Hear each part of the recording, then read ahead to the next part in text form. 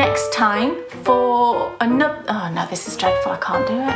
It's all going wrong. That was the colour I saw. Oh, there must have been yarn. It's a fingering weight yarn and it's an 80-15-5 blend. That's 100, yes. It's like, you know Monsters Inc.? Do you remember in Monsters Inc.? I can't remember the name of the monster. 2219. 2319. 2319. 2319. All dyed up, and no, where is it out? It's out. It's cooling. It's not hanging on the line. 23 is a W, 19 is an S. WS. White sock. That's what he's got on his back. Gosh. Hallelujah. Fourth time is a charm. So I've got the bright yellow. Ooh. I just tipped over. So I just need to skein them up. So did you like my action then for skeinin up? You can use that if you want to.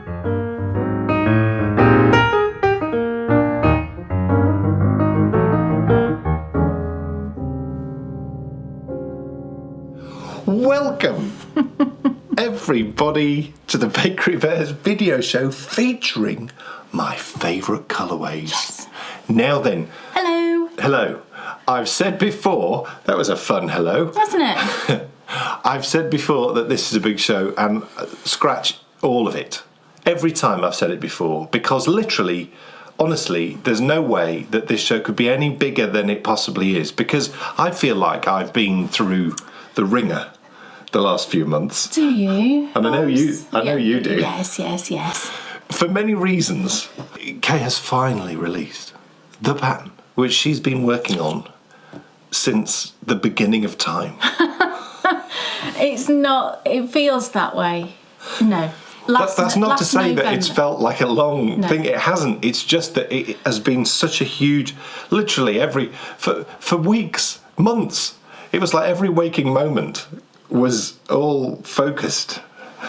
Yes. Now, we're not going to show it to you until what's off your needles. Yeah, yes. But we will tell you. It out. We are indeed. We will, like you do with a blanket. Absolutely. You spread it out. Yes. But we will tell you the name of the blanket. The name of the blanket is the Jelly Roll Blanket. Woohoo! But not only are we releasing the Jelly Roll Blanket, well, it's released. It's released. It's there now. It's out there. All ready for you. Yeah. But also, because it's such a momentous sort of... The whole thing has been rather momentous because it also coincided with Kay's birthday. Kay's only gone and recorded an unbelievably special My Favourite Colourways, because the concept behind My Favourite Colourways was for Kay to dive into her lovely books, her potion books, and to look for some of her favourite colourways over the past few years and to show us how to create it. Well, what Kay thought this time was, as it was such a special birthday, that she would create a special colourway, a brand new colourway, just for this special occasion. Yeah. It's not really like any of the ones I've done so far. It's bright and just a bit sort of random, and I am actually knitting a pair of socks which you will see within the segment. I couldn't think of the word. Segment? I'm really sorry. Look, it's not a segment. And I must apologise. It's a show. Look, it's a whole show. Look, I must also apologise because I was watching the show back, the last show back, and I realised that when I showed one of my project bags, I said that it was made by Emma of Eden Cottage Yarns. Of course, I meant Emma of Eldenwood Crafts, and I was watching it back going, ah! Yeah, but that wasn't all. You also held up a hook and called it needles. Oh, I know. Look, age-related things going on at the moment, and it just, my brain just seems to lose words. I just don't know what's going on. So if I say anything from here on in that's weird or random, then... Know that she means what you think she means. Yes. Yes. Now, we mentioned birthdays, and I always think you can tell a lot about a person by the technique they choose when buying birthday cards. And I wonder what type of person are you? Do you go tried and tested, or do you go off-piste? And when I say off-piste, you can go seriously off-piste, can't you? Yeah. Now, if you were guessing, taking Kay and myself, would you think that I'm tried and tested or off-piste? Or do you think Kay is tried and tested or off-piste? Just have a little guess in your own head. And while you're guessing, I shall begin to introduce the answer to that question, because I would like to show you the card that I gave my dad. It was his birthday just a few weeks ago. Take a look at this. Now, what adds extra fun to that card is it was also his 70th. It was his 70th, yeah. So it was quite a big birthday too. But I think we live in... To be fair, though, it started to change when I was young. Yeah. Because I remember the first card shop to open up that didn't sell Traditional cards. Yeah. And actually now there's lots of it. Yeah. Because we've been in some great places, but actually now even our local supermarket, because I bought that in our local supermarket, and my goodness, did it make me laugh. Kay, though, I think is a little bit more traditional. I am a bit more traditional, but I always say, and this particular birthday, everybody I spoke to, I said, look, just do not get me a birthday with the age on it, a birthday card with the age on it, because. And I did get one. My sister sent me one with the age on, but anyway. But I got a card from Bryony, and it's the best. I think it's the best card I've ever got. Take a look at this. Isn't it marvellous? And it's up in the living room, and I just keep, every time I look at it, I just laugh. And I said to Bryony, I'm going to have to frame that, and have it up on the wall, because it just makes me smile every time I see it. I just think it's so sweet and so funny. Now look, before we get going with the show, many of you will be sat on the edge of your seat waiting for us to announce the winner of the special Knitability competition. Yes. Oh my goodness, we had over 400 entries. Did. And we will be, like we always do, we're not being mean here, we drop prizes in the Endy Bits. Endy Bits. So stay tuned, and you will find out who wins the lovely Lolo Did It Star Prize, and who won the Switch and Flick, and who also won Kay's Jelly Roll blanket pattern. Yes. Oh my goodness, it could not be better. Please do watch the Endy Bits, because we've got a really special announcement to make about the future. It's all good. Don't worry, we're not saying anything dramatic, but I'll just tease it just slightly. YouTube have made some very dramatic changes to the way that they do business, and that is going to change the way that we broadcast. Now, again, it's nothing to worry about because we have a solution which gets around the problems. You may have noticed, viewers specifically in America, because this launched in America last November, that you might have started seeing an awful lot more adverts. Well, what they have done in America, they're now pushing out globally from the 1st of June, and I'll tell you what we're going to do to get around that problem of the adverts in the Endy Bits, so make sure you stay tuned. But now, finally, it's time for me to ask Kay Jones, what's on your needles? Oh, well, I've got 2 new things to show you, which is exciting. That's very exciting. And all of the projects that I'm showing you today are designs that will be in the Knitty U series. Now, we announced the Knitting University, its return for its 2nd semester earlier on this year, and I can now confirm that the courses will commence through July, August and into September. Yes. So look out for the courses to begin at the very beginning of July, and then they will run right the way through until September. Yeah, it's a summer activity. Summer school, baby. What's on my needles? The first thing is a hat. I'm just at the more or less at the crown decreases now. I'm just about to start the decreases, and here it is. Isn't it lovely? The colours are great. Yeah. That will look great on you. I know, look. It reminds me a bit of Charlie Brown for some reason. Yeah. I've got to this point, and then I held it back and looked at it, and I thought, why does this remind me of Charlie Brown? I think there's zigzags on his jumper, isn't there? Yeah. So if you knit it in Charlie Brown colours, you'd have a Charlie Brown hat, wouldn't you? Perfect. But yeah, this is the hat. This is done using slip stitches, and the pattern is a Bargello stitch. And the Bargello stitch it's an embroidery stitch, and it was inspired by some chairs that I believe are in a palace in Florence. And it came from that, and it's like a more sort of long stitch. Is it called a long stitch? I think, or a flame stitch or something like that. And that's where the inspiration came from. But I saw this and I thought, do you know, I think that'll look great on a hat. And it produces a colourwork effect. You know, it looks like colourwork, doesn't it? Looks like standard sort of colourwork. But you do it using slip stitches. I've used a chunky yarn as well, which makes it go really quick. So it's very satisfying. You could knit a hat up in a day easily. I think I knit all of this in a day, or, you know, a day and a half or something. Very quick. I think what excites me around that is, from someone who's done a lot of colourwork now, is I'd never heard of this. And I'd never heard of this technique. Right. And so what it does beautifully, I think, is it builds on the back of that first course that you did last year. Yeah. Because you did the lovely hat that looks Doctor Who-y. It looks like the TARDIS doors. Yes. Yeah, that's right. Right. So it builds beautifully off that first course. This is just a different way of doing a very... Well, it's a whole different technique. Yeah, of getting that look of a colourwork without having to worry about your floats and things like that. You do get some floats on the back. I'll show you the back. You do get some, but there's not many. Look. Any opportunity, but personally, when I'm into something... It's straightforward. Any opportunity to further my technique and knowledge with regards to something I'm into, and as you know, I'm big into colourwork. So the other thing that I've done is I've carried the yarns up the inside. Can you see there where you've got that sort of twisty bit going up? So I'll show you how I do that as well, so that it means you don't have to cut the yarns at all as you work in the two different colours. You just cut the yarn, you know, when you've finished the section of colourwork. And it's a really great technique, and you don't see it on the front. I mean, that's where the jog is.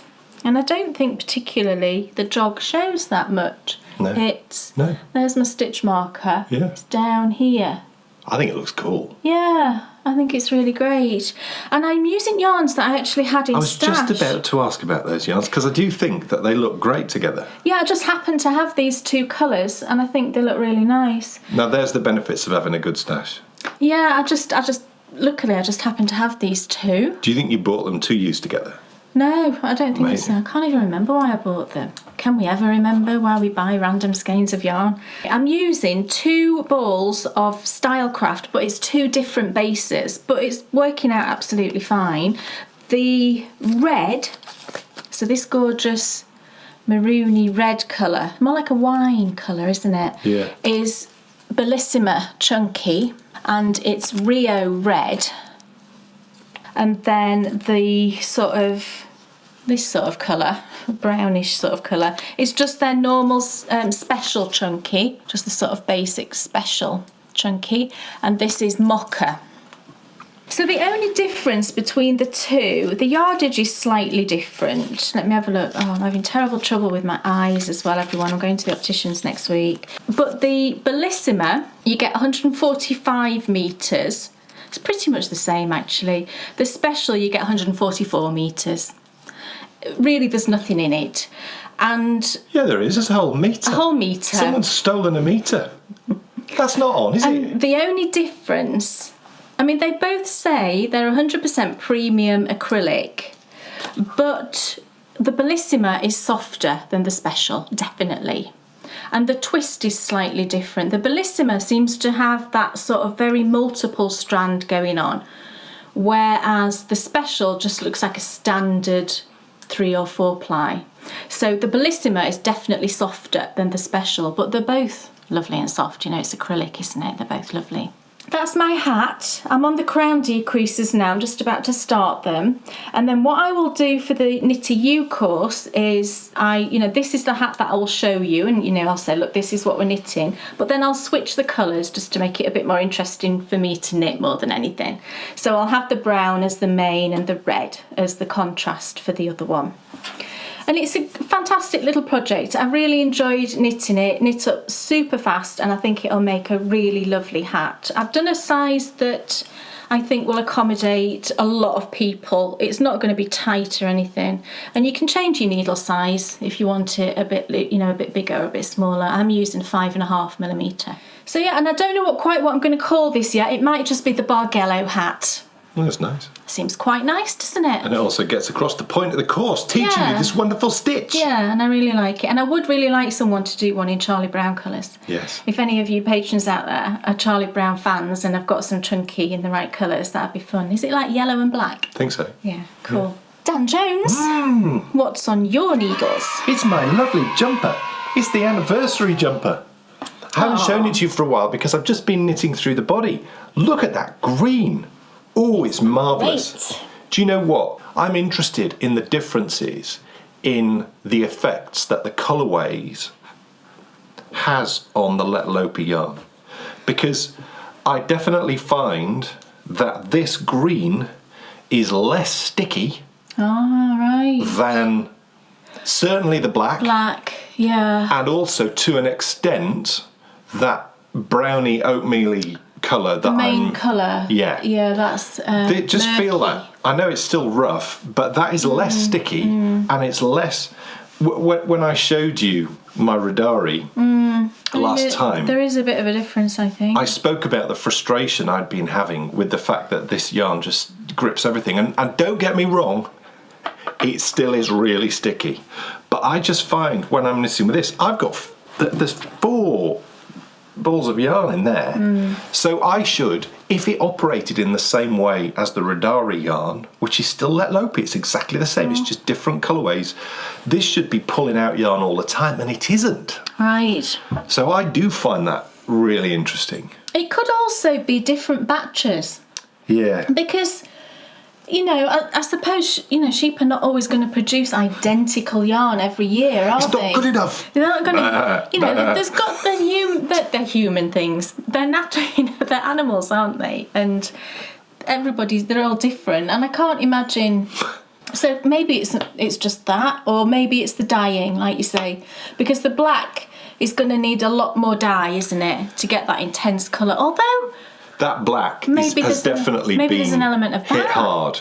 I think that black has been hit hard than other. But I think you can feel a difference between that green I think you and can. that. I think you can too.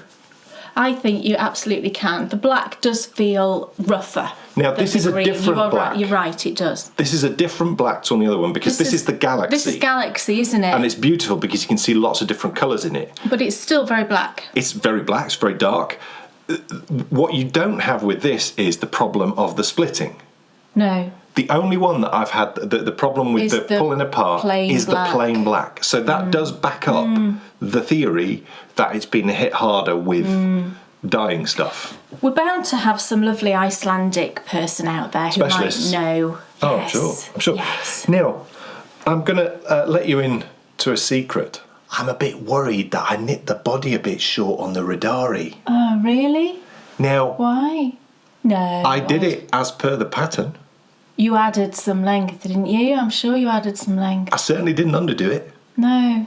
But I'm actually thinking I'm going to go long on this. Right, okay. Because it doesn't really matter, does it, if your jumper's a bit too It long? will drop a bit. Yeah. I know it's not a super Still, wash, though- but when I block it, I can. If you try it on and you think it's not quite long enough, when I block it, I can give it a little. This is the lovely anniversary jumper, and it is... It's a fabulous green. It really suits you. Yeah, well, I've become more excited about this than I have the Radari. Oh, really? I'm really excited about the Radari. It's close to finishing But as well, the Radari, isn't The it? Radari frustrates me with the stickiness, as we spoke about last time. Now, the other thing as well that I was just going to touch on is I'm so happy that I gave myself some space. I spoke about this on the most recent Self-Contained Knitter. I'm so happy that I gave myself some space between the finishing off the Radari and knitting this a little bit, because you know it's human nature to rush through when you get to the end of something and just putting the Radari away for a bit and just focusing on some plain knitting on here. I'm now excited now to put this down, pick the Radari up, and I am now the next. I think I'm going to finish it. Excellent. Well, I hope you're going to finish it. Yeah. I've got to say, your knitting in this is beautiful. Why is that? The stitches. Can you see how neat it is? Well, that's nice. It's beautiful. It's really lovely work. I am extremely... It's mildly Christmassy. That's fine. No, I like that. Don't do that to me. You're going to make me want to knit a Christmas one. Oh, you see, now I feel quite excited about that. Oh, do you know, you Christmas could do, colours. you could do one in like that red that was on that hat. Yeah. That kind of deep red, that would really suit Because you. the next and maybe one I put some do- of this green in it and then a cream. That would be fantastic, wouldn't it? And that wouldn't be too girly or anything. I know you're not bothered about that. Did you see the look I gave? I'm like, what are you talking about? But I I think... wouldn't wear a dress, but colours don't bother me. Really, really loving this. More than the Radari. We'll see what I think about when we get into the colourwork at the top, but of course we've got the sleeves to go next. But what I'm just going to be careful of now is that I make sure I probably go an inch, if not two, longer than on the other one. You've definitely got a longer body than the man in the photo, I would say. So I would go with... Yeah, that seems very good. slender, long body. Okay, what else is on your needles?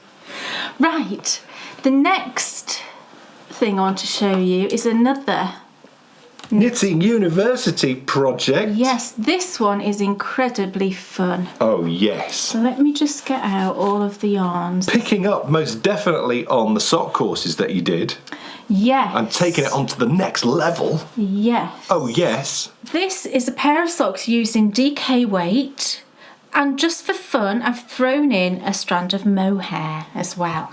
I've come up with a name for these from watching something with Bryony recently.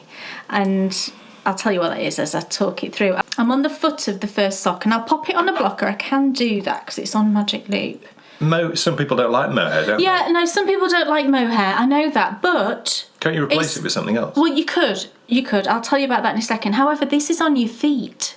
And I don't think... It doesn't bother me. I'm not a huge fan of mohair around my neck. But these are on your feet. And I don't think particularly feet are that sensitive in terms of mohair. What is the replacement though? Well, if you wanted to replace it with something, then you can use it's a Suri alpaca and silk blend. Loads of dyers dye on it these days. A lot of people call it sort of floof or something like that. And I've knit with that as well. And it is teddy bear soft. It's really beautiful. Conversely, you don't have to put the mohair in. I don't think it would really make that much of a difference in terms of the size of your sock if you just missed off the mohair. You know, if you wanted, you could use a worsted weight instead of a DK and then you'd be fine. Or I honestly think with the stitch count, you'll be fine just with DK by itself if you didn't want to put in the mohair. You know, if you're not overly sensitive to mohair, you know, on your feet, I think it's going to be absolutely fine. I've tried this on my foot and it was fine for me. Didn't have a problem. So I'll show you the sock first of all. I'm waffling, aren't I? And I'm not even showing you. So here it is. They look like the most comfy socks for sitting in front of a fire on a warm, on a cold winter's evening. Well, can you see the lovely... I wanted to put like some bobbles. However, I've knit so many different, or tried so many different ways of knitting a bobble for these. And I have knit bobbles before on things, but I wasn't in love with any of them. And it was mainly the techniques. I just thought this is a pain. It's just a bit of a bind having to do it. But I found a technique, and it's more of a knot than a bobble. It's referred to as a knot. And it's worked very differently to a bobble. It's much easier. You don't have to turn the work and all of that business. And I know you can make bobbles without doing that. But also with bobbles, I find that you can get a little sort of hole underneath. You'll know what I mean if you've knit bobbles. And I didn't really like that. And I tried this technique, which is, like I say, it's called a knot. And I really liked it, but I modified it. I took the technique and I just modified it a bit, just to make it a bit less standy outy. I just wanted something fairly low key, but sort of fun. I'll try and hold it up. There we go, look. So you do get that sort of bobble effect, but it's not really a full bobble. It's just like this little knot. And then can you see the heel? Now, it looks like a short row heel. It's not. This is the heel that I put into my little mini socks, you know, the garland that I'm knitting. And I've supersized it up. That's the September Platinum pattern, isn't it? Is it September? The sock garland is, yes. The sock bunting, I should say. Sock bunting, I called it, didn't I? Yeah. But this is the same technique of a heel as in that tiny sock. And I thought, I'm going to try it for this. And I've tried this sock on, and it fits great. Amazing. It really fits great. It is a slightly, because you've added that mohair in, it is a bit of more of a slouchy sock. Not really slouchy when I say that. I don't mean it's falling off your foot or anything like that. It's a relaxed fit, let's say. On my foot it certainly is anyway, a relaxed fit. But the heel fits great. And it's work, you know, the way that you work it, it's really straightforward and really easy and really fun.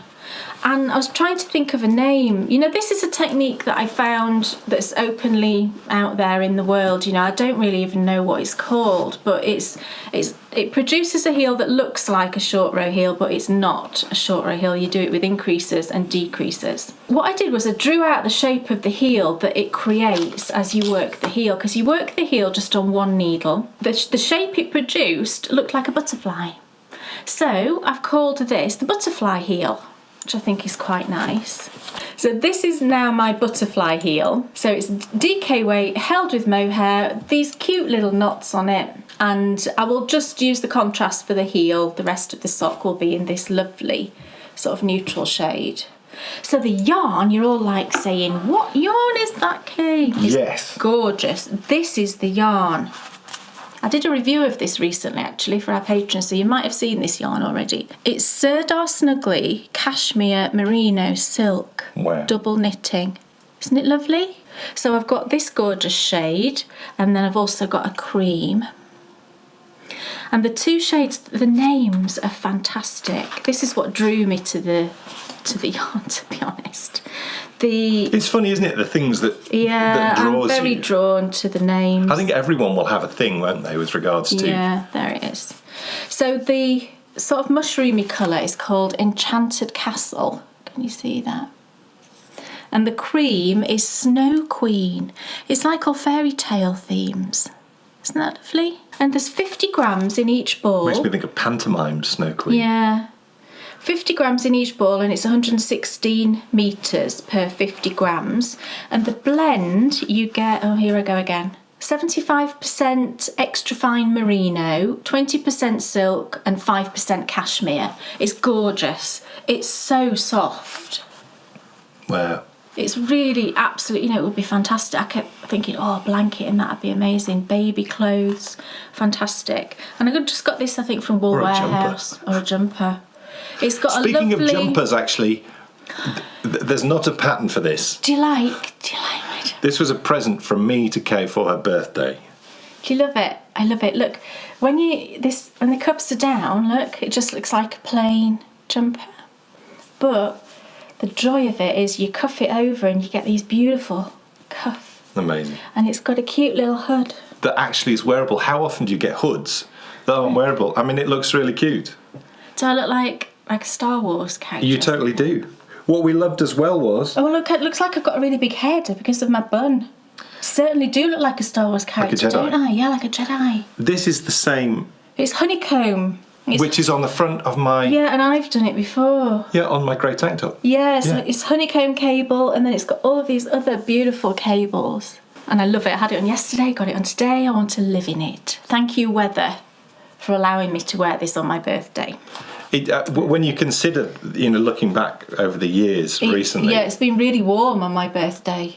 Not this year. T-shirt weather, so I was thrilled when we got up and it's like 12 degrees. I'm like, fabulous. I've never got this far through the year wearing running tights. Yeah. And also jeans, not in shorts. Not in shorts, yeah. And actually that just does remind me, for those of you, I've had a few messages from people saying they're missing the radio show. Well, the reason for that has been, there's been a few things coming in, but primarily the radio show is reliant on good weather. Because if it's windy and rainy, it's pretty much impossible to record outside. And it's been the wettest and really windiest wet, really and wet. coldest, and we're not complaining. Not complaining at all. Absolutely loving it. Carry on through the summer for me. I actually said to our daughter Bryony, I was driving to school this morning, and I said, do you know what, Bryony, if I could have my one weather wish, I would have it like this every day, my whole life. Yeah, love it. A bit grey, bit of rain in the air, tiny bit of wind, and about 9-10 degrees. Brilliant. Perfect. Love it. And so yeah, that's the yarn I'm using. So I've got this much left of that first ball. I think I will need 2 skeins of the main colour and then just 1 of the contrast. But it'll all be in the pattern and everything. And then I'm just using a undyed skein of mohair silk. This was just the base that most dyers dye on. I just had some undyed in my stash, so I'm just holding that double with it, and I love how it softens the colour. So if you look at that by itself and then look at the sock, can you see how it sort of mutes down that shade? I think it's lovely. Yeah. So that's these socks, and because these are sort of house socks, these socks you would just wear when you cozied up. Me and Bryony were watching Ghostwriter recently. It's a great series on Apple, and it's based around a bookshop. And they were talking in the bookshop saying, they wanted to set up this little shop in the back selling, book-related things, and they wanted to have some reading socks there. And I said to Bryony, what on earth are reading socks? What do they mean?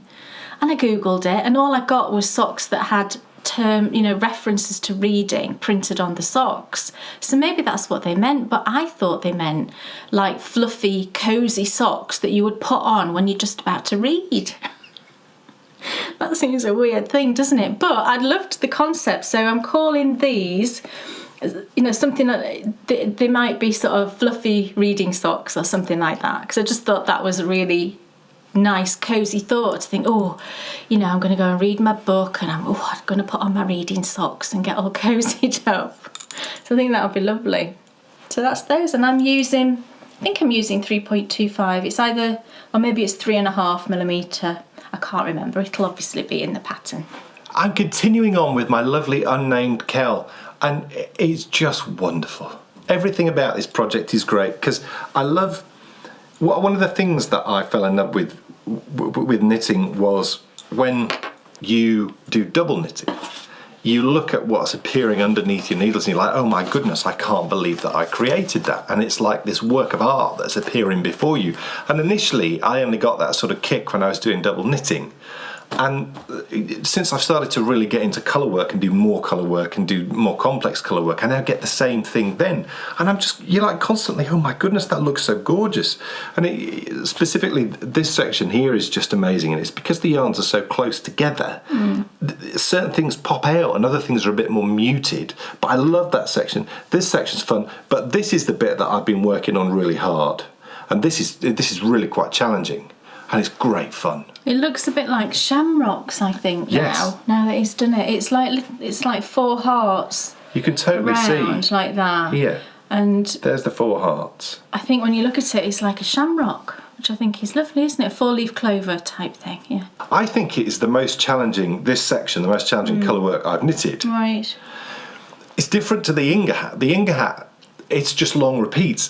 It's not necessarily challenging in what it's asking you to do, but with this, it's the benefit of being married to a designer.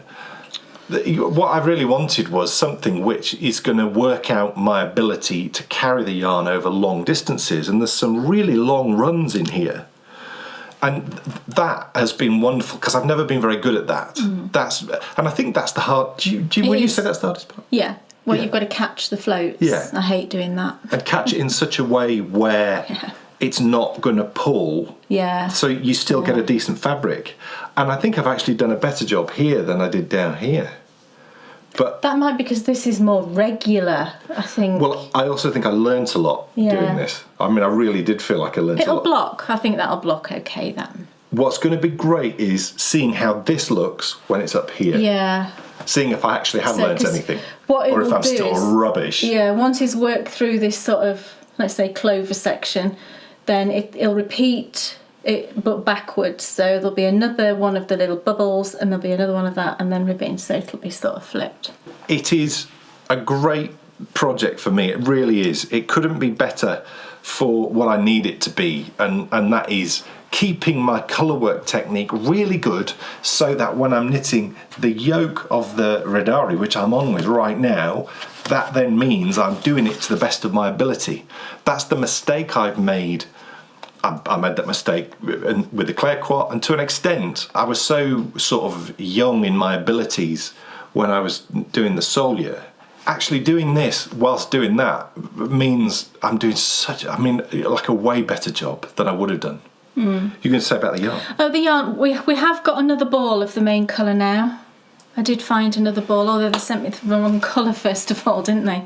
I had to send it back and they sent me the right one. It was fine. But yeah, we've got another ball of this now, so we've got no worries. So the main colour is the Regia Merino Yak 4-ply. Which is wonderful. Yeah, which is lovely. We love that. And that's Merry Christmas Harry, isn't it? That's 07505. Or is that? And then, yeah, Merry it's Harry Happy Christmas. Happy Christmas Harry by Christmas. Fondant Fibre. Yeah. Yeah, it is Fondant Fibre, isn't Yeah. it? Yeah. Happy Christmas Harry. Cool. It's lovely. What else is on your needle? So the last thing is the final pattern, the third pattern in the Knitty U. I showed you this before actually, but I've finished I've finished a mitt now. So this is actually all ready to go and start recording. And these will be the Glimmer Mitts. And I think when I showed you before, I was up to sort of here. So I've now completed it, and you can see there's a little thumb slot in there now. I love the speckling on that yarn. It's gorgeous, isn't it? The yarn's lovely, look. What's the yarn? It's Life in the Long Grass. Life in the Long Grass. And the colourway is Glimmer. I stole the name from the colourway because I just thought it was perfect. Because I've added beads, so you've got that glimmering going on. So the top, at the bottom here, I did a bigger section of moss stitch and beads. It's more heavily beaded because I wanted it to look like it had got a bracelet around your wrist. And then I've just done a lighter sort of section of that up at the top, a bit more delicate. And then we've got this thumb slot. So if I pop it on, it works really well. Look, it's just a little mitt.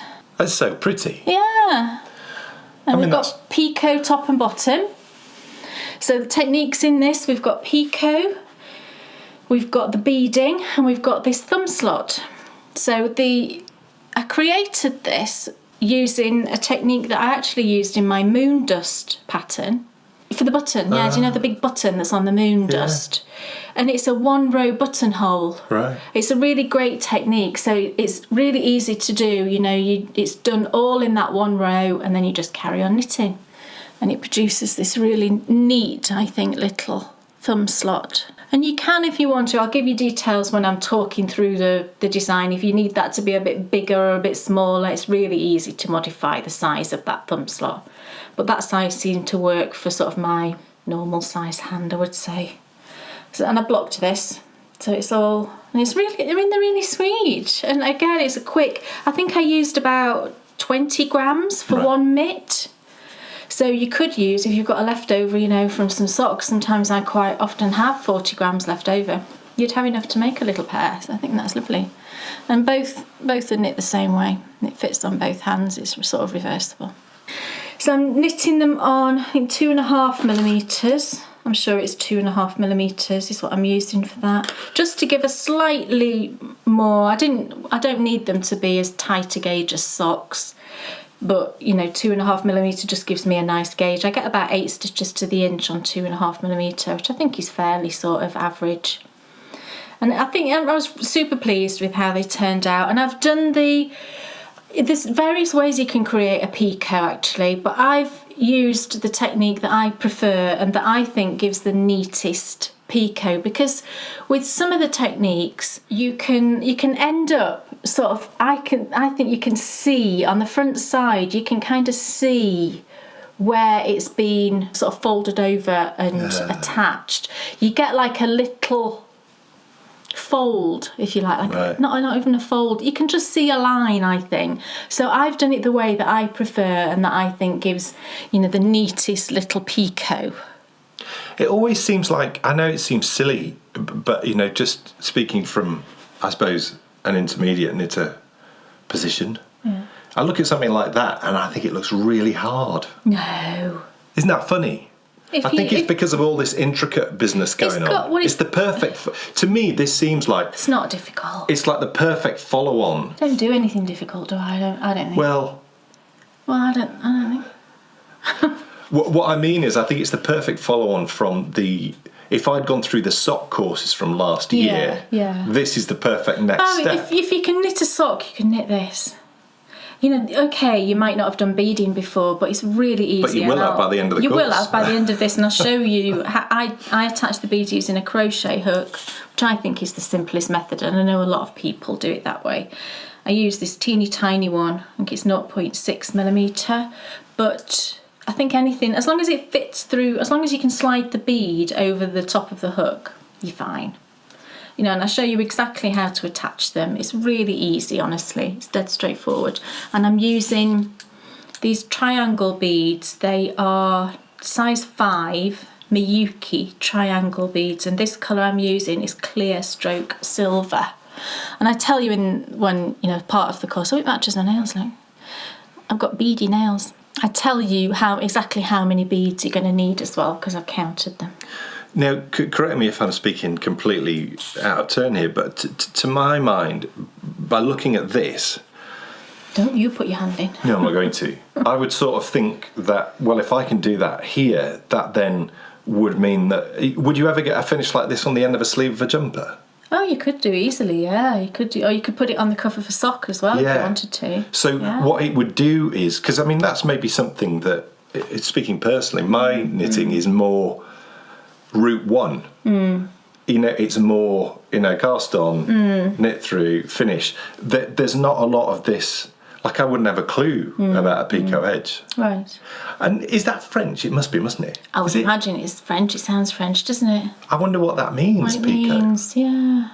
And I wonder where it came from. I wonder where it first appeared. I wonder if it was on a cuff, or was it on a jumper, or was it? It could be it came from fabric, couldn't it? Because a lot of these things come from fabric, right? And then they try and copy it in knitting. Maybe I've honestly no idea. I'm just guessing.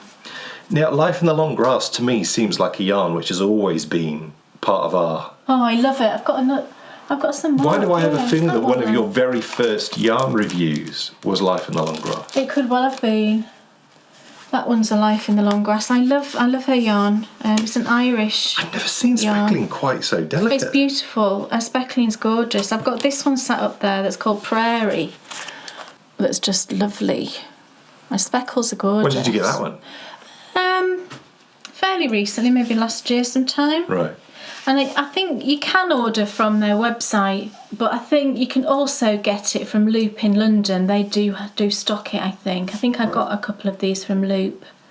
Although I do find Loop to be expensive, I've got to say. I've always found it to be expensive. I think that's partly because it's in London. That's probably... Yeah, I think everything in London tends to be more expensive, doesn't it?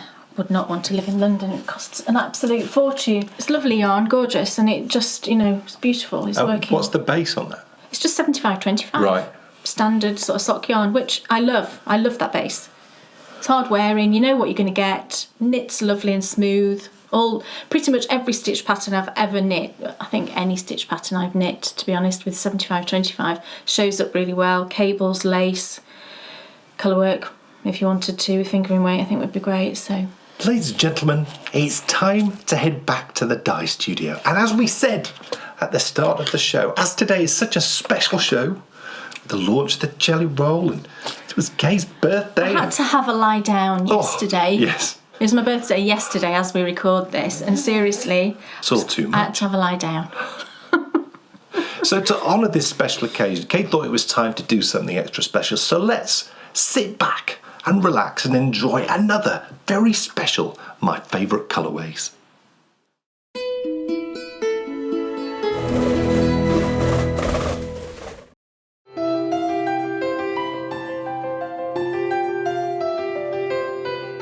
Over the last 6 years, I have created more colourways than I can remember.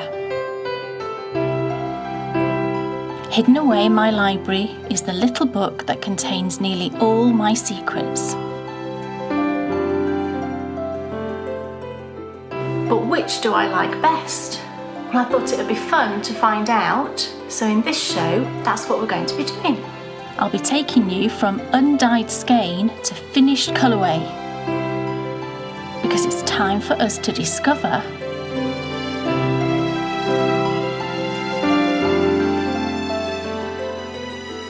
welcome everyone to a new My Favourite Colourways.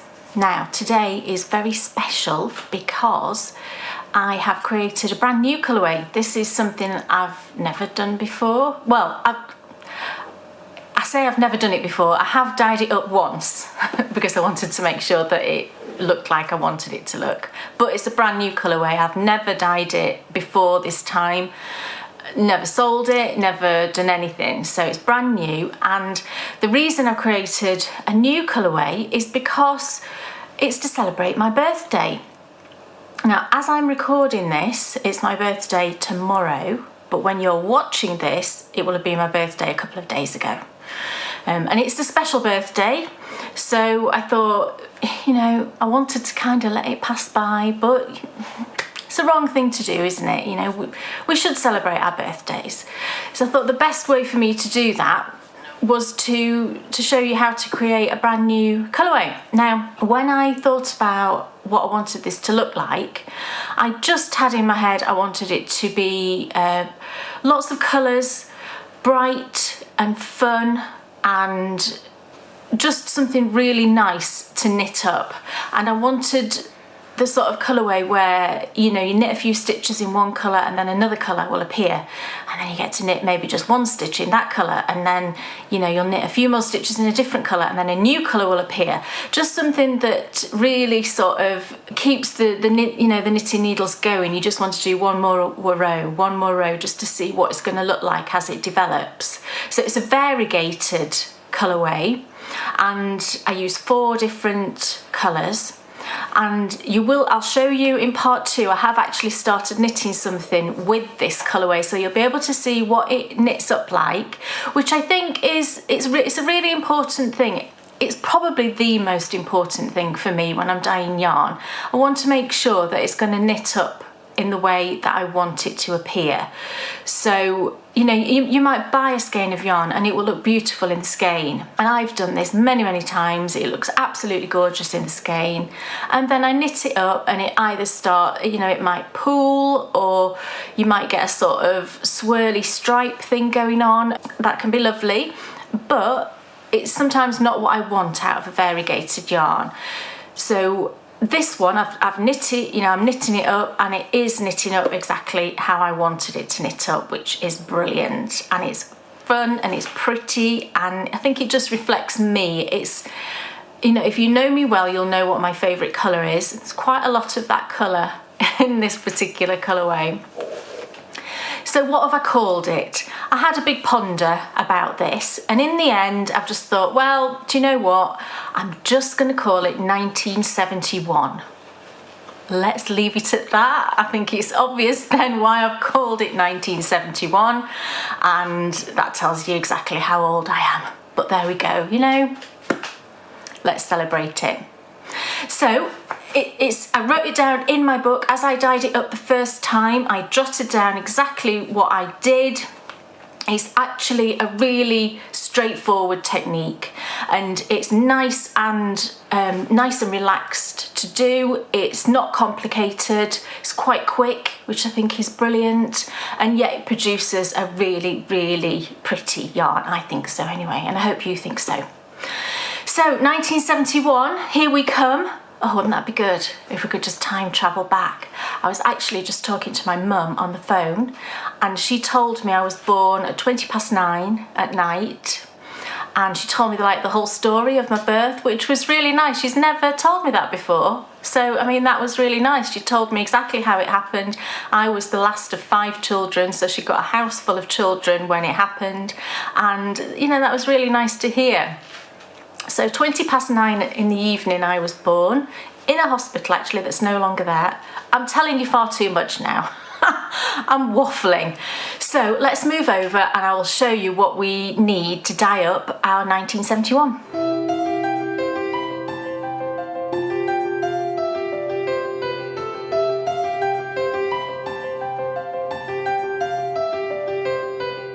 Okay, so what are we going to need to dye up our lovely yarn?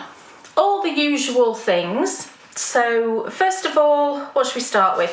Let's start with the things to dye it in, if you like. So we've got a stainless steel pot, I like these ones with 2 handles. It just makes moving things around really easy. And I just got this bought these from Amazon. I think it was like £10 each. It did have a lid on, but it was just a glass lid, so I just recycled that. I don't use them. And stainless steel pot. So everything that we're going to use for our dyeing, you should only use for dyeing. Don't use it once you've dyed yarn in it, and once you've used, you know, spoons and things like that. Just keep them for dyeing, okay? So a pot, stainless steel pot, just a plastic washing up bowl for soaking and for rinsing our yarn. Some rubber gloves, just to move the yarn around. Citric acid, which is our mordant. The mordant is the substance, the chemical that will make the dye permanently stick to the yarn. So I use citric acid. You can use vinegar if you like, liquid vinegar. I don't like using it because it smells, and I just find it awkward to store as well with it being a liquid. You know, I don't know, I just prefer citric acid. It's much easier to use in my opinion, and again, you can really easily get this just from Amazon. We're going to need just some old tea towels just for protecting your work surface. Our mask, really important that we should wear a mask when we're dyeing. We've then got, all I'm going to need, I don't need my big spoon this time. Can you believe it? I don't actually need my big spoon. I thought to myself, did I use it when I dyed it up the first time? And I didn't. So all I'm going to need is a measure to measure out the dye, and this is my usual 1/8 of a teaspoon measure. And then our yarn. Now, because this is a special sort of birthday celebration yarn, I'm using a yarn that's got some sparkle in it, which is really exciting. So this is still my current favourite blend. So this particular yarn is a fingering weight yarn, and it's an 80-15-5 blend. That's 100, yes. 80-15-5. So it's 80% super fine, super wash merino, 15% nylon, and 5% gold stellina. I thought we'd have gold because why not? You know, it's fun. And I've got 2 skeins, and it's 400 meters per skein, and I've popped them onto my little plastic things. Cable ties, thank you brain. Cable ties. You know, these are just lockable, reusable. I've had them for quite a few years.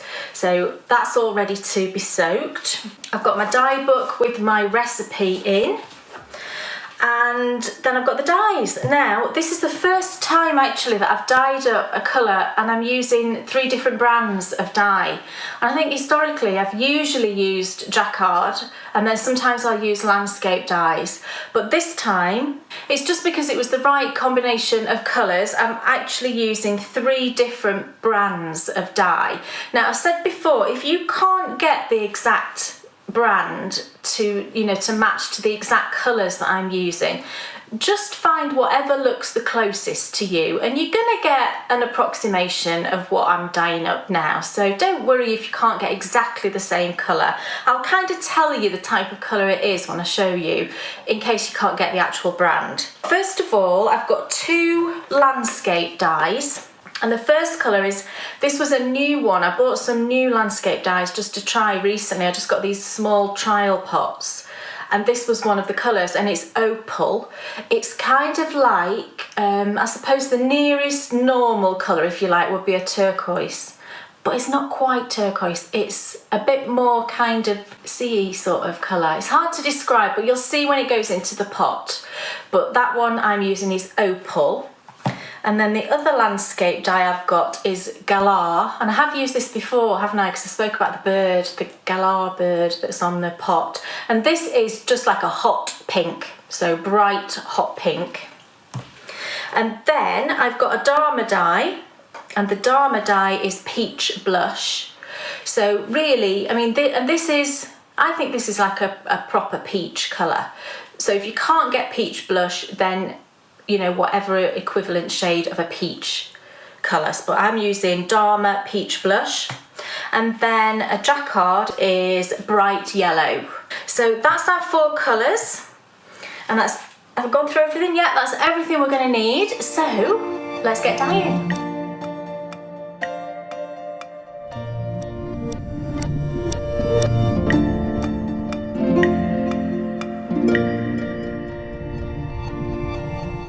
Okay, so the first thing we need to do is to soak our yarn.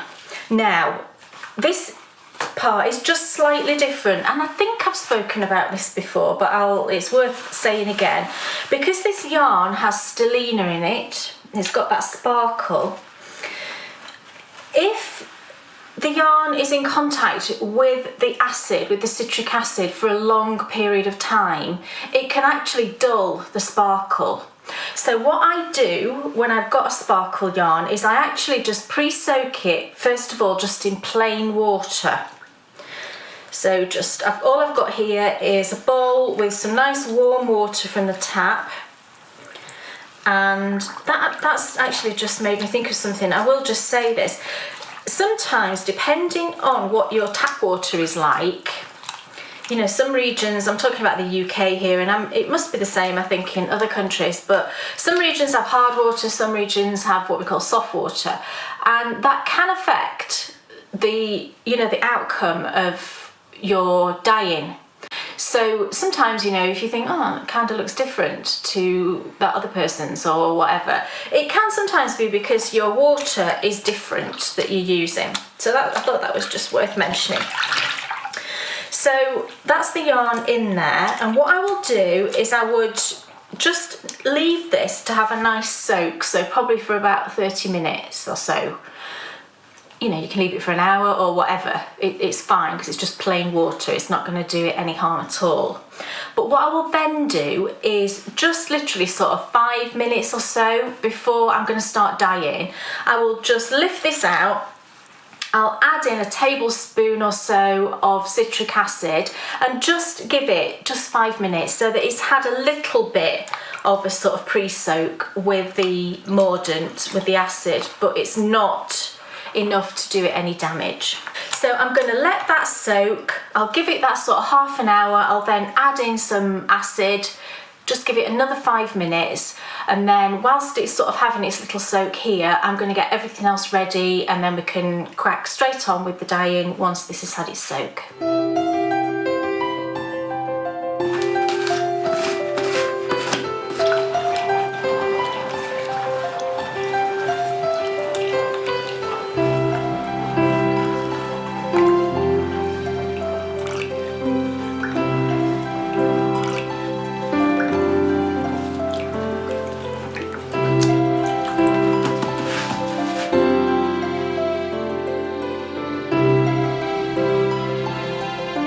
Okay, so in my pot, I have got about half a pot full of water, and I've put in there, you know, 2 tablespoons of citric acid.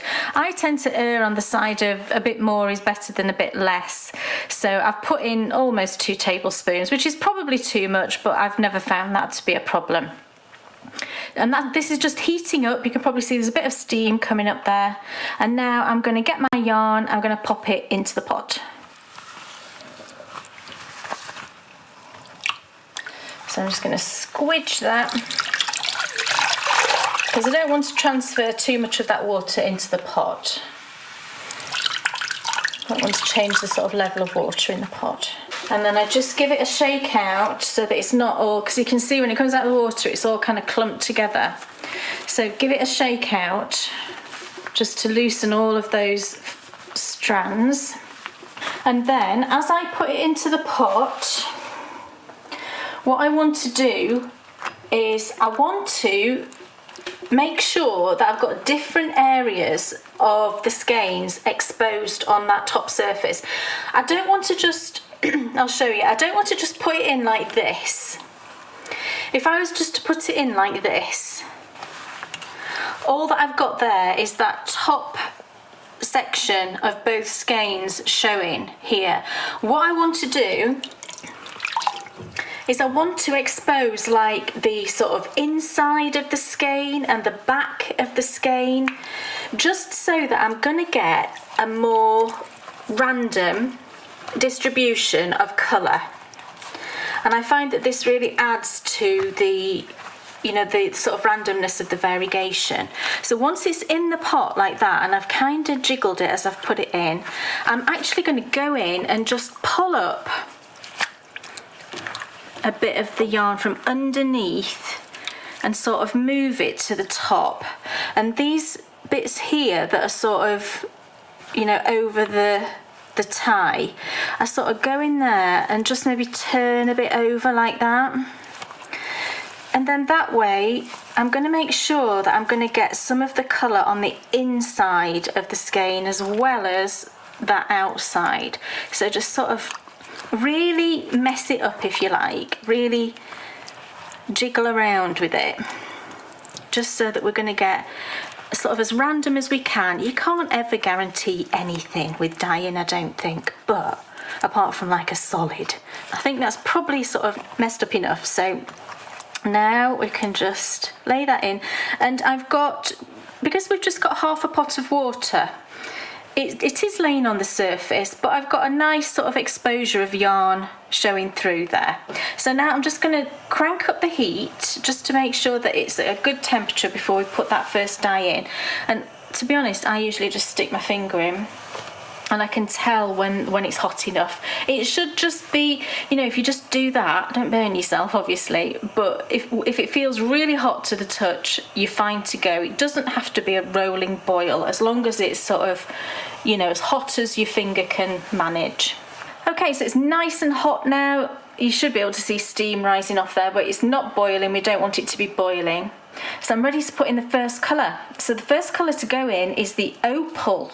So the gorgeous blue. So I'm just going to take the top off. This was a bit of a nightmare actually. When I first took the top off this, there was dye all stuck on the top of the lid and it just went everywhere. But it should be fine now because I've opened it once. And this is a beautiful shade. Wait till you see this go in. It's lovely. So we want about an eighth. Look, it's a nice full eighth if you like. And I'm just going to go over the surface and just tap my spoon all over. Look at that colour, it's fabulous.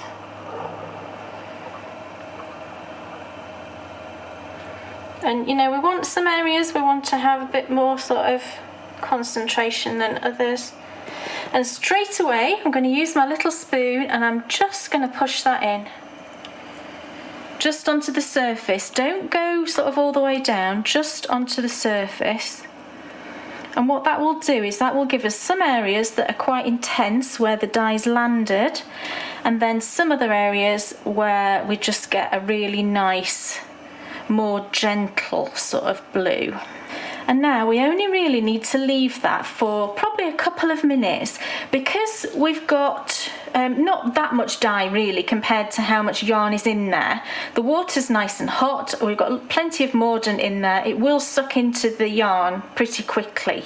So only leave it a couple of minutes. I don't mind if there's a bit of residual blue still in the pot, because that means that when I lift it up and move it, the rest of the skein will get a tiny bit of that blue, and that's absolutely fine. So I'm just going to leave that literally a couple of minutes, and in the meantime I can just put the lid on that dye and prepare myself for the next colour. And I would always rinse, give my spoon a rinse as well in between, just so that I know I've got rid of all that blue.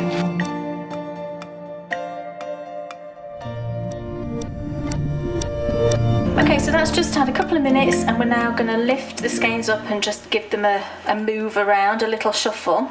So you can see there is a little bit of dye still in there. That's completely fine. And we've got lots of, you know, there's some down here, we've got some round on the other side, so that's looking pretty good. So now I'm just going to give them a move. And because we've sort of been shuffling around with these quite a lot, they might be a little bit tangled, but it should just sort itself out. There we go. So you can see when I've moved it now, if I look on this side, I've got a nice amount of the blue. If I turn it over, I've also got some blue on this side, so that's really good. So now I'm going to pop it back in, and as I do that, it's going to absorb that last bit of the blue as I sort of place the yarn down. So I'm going to do the same thing again. As I put it in, I'm just going to move it around, and then again just pull a bit up maybe from the bottom and go around there and pull a bit up. So you can see we've got quite a lot of bare yarn showing, and we've got some of the blue as well, which is just what we want. So the next colour that I'm going to put on is the Galar, the bright pink. Now there's more of this going in, and I'll explain that as we, you know, go through the process. So this is the bright hot pink, and I'm going to go with an 1/8 again. Same process, just all the way over. And what will happen is where this hits the blue, it's going to change it to a gorgeous purple, and then we're going to get lots of obviously the pink on the bare sections. Same thing again, as soon as I've sprinkled it on, I'm going to push it in. And I don't know if you can see straight away here, we've got a purple where we had blue. But because we're only pushing it into that surface, all of the blue that's still underneath will stay blue. So now just give that again a couple of minutes.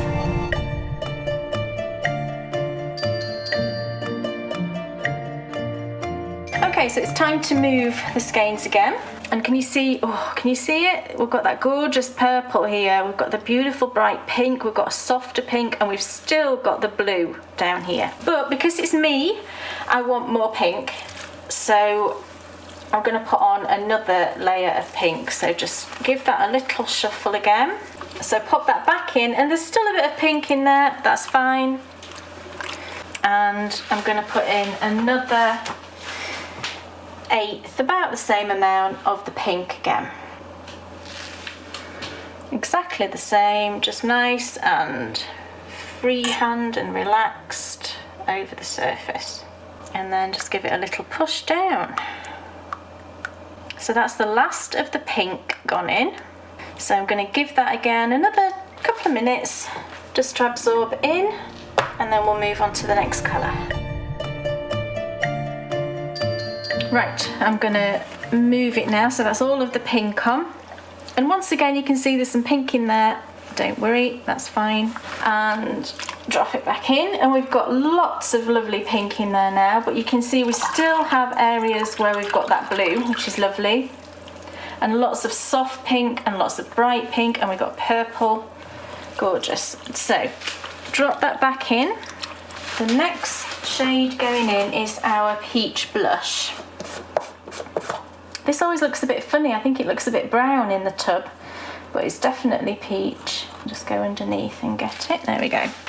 So another 1/8, exactly the same as before, just sprinkled over. And when it first goes on, it does look a bit kind of, oh, what's that? But it is a peach shade, it will turn peach once it sort of gets into that yarn. And where it hits the pink, it's going to change that colour. And also where it hits the blue, it's going to change the colour as well. And this is how we get so many different colours into the yarn just from using 4 different dye shades. It's really cool. And we're only going to put 1 layer of the peach on. So just leave that now for a couple of minutes again, and then we'll be on to the final colour.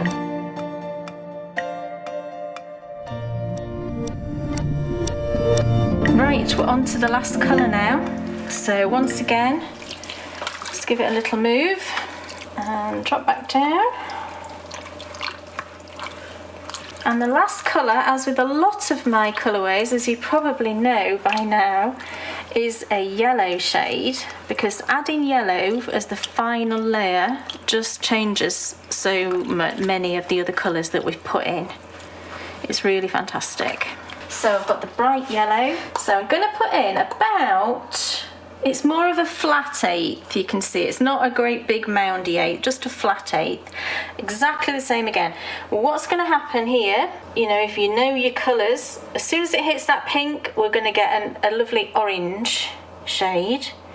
And where it's hitting the blue, we're going to get some greens. And then also we will get some yellow as well, where it hits the yarn that's not really got too much colour on. So you can see we've got yellows here. Can you see this colour here that's appeared? As if by magic. And then where it hits that bright pink, it turns into the most gorgeous shade of, oh, it's like a sunset orange. It's brilliant. It just changes so much. Can you see this area here? I hope you can see the colours as they change, because it's just, I think it just looks magical. So that's the first layer. So again, leave it just a couple of minutes, and then we'll turn it, we'll do another layer of yellow, and then that will be it.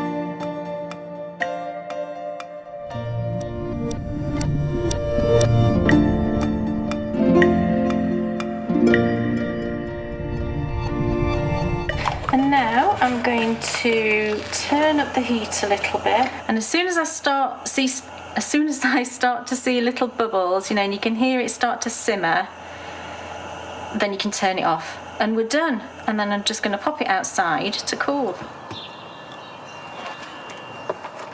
So there we go, that's our super pretty 1971. It's in the pot and it's cooling outside. So come back in part 2, we are going to rinse it, we're going to hang it to dry, and also in part 2 I'm going to have a little chat with you about how to sort of choose coordinating solid colours to go with the variegated. I thought that might just be interesting, just to have a little chat about that and how I go about choosing, you know, the right contrast yarn. If you were knitting socks, for example, how you choose a heel and toe colour, and then how you would if you wanted to dye that up to go with this particular colourway. I can tell you the sort of things that I would do. So I will see you back in part 2.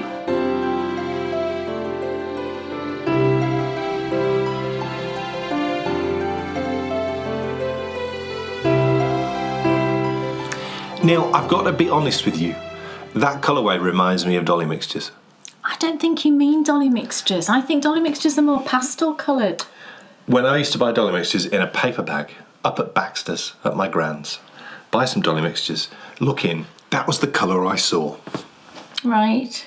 I mean, I don't quite know if it's my rose-tinted glasses. Maybe. I mean, I don't think of dolly mixtures as being that bright. I think more of like the bright colours that you get in. I think that's today's dolly mixtures. Yeah, you know, maybe there was more colour. I bet there was more colourings in them back then. Yeah, it does. Do you know what?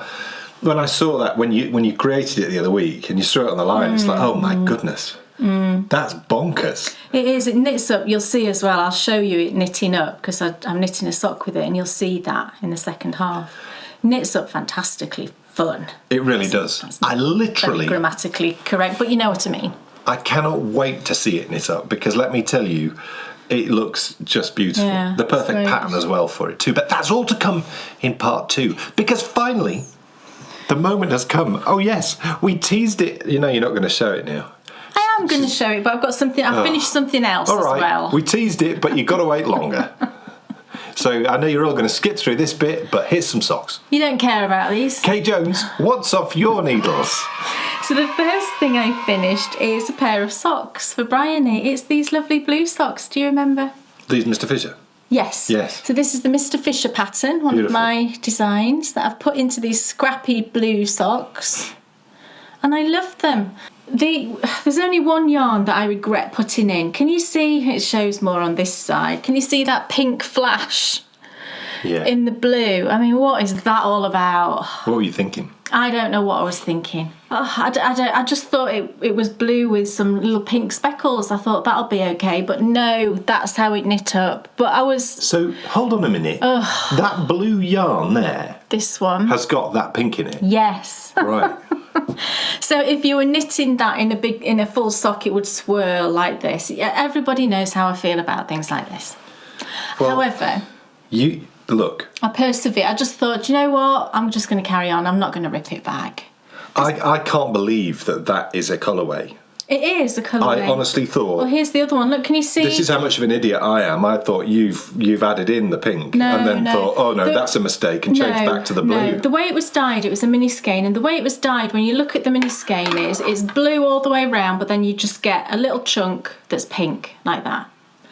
Blue all the way around, and then a bit of pink. And that's what happens when it's dyed like that. You will get that, because it meets. Whenever you do a round... I don't like it. That pink comes and it meets. But it kind of moves a little bit each side. No, I'm not keen either. We all know that. But, you know, it was in there and Bryony's not bothered. It looks like a superhero ripping off their shirt. Just a bit. Because you can see what happens if you look at it on this one. You can see it starts here.